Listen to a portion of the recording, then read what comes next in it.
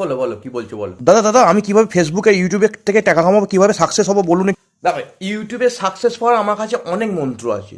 যেমন তোমাকে কঠোর বিশ্রাম করে পরিশ্রম করতে হবে, মানে কীরকম, সারাত্রি ঘুমালে সকাল থেকে রাত অব্দি খাটলে, এরকম কঠোর বিশ্রাম নিয়ে পরিশ্রম করতে হবে, তাহলেই হবে।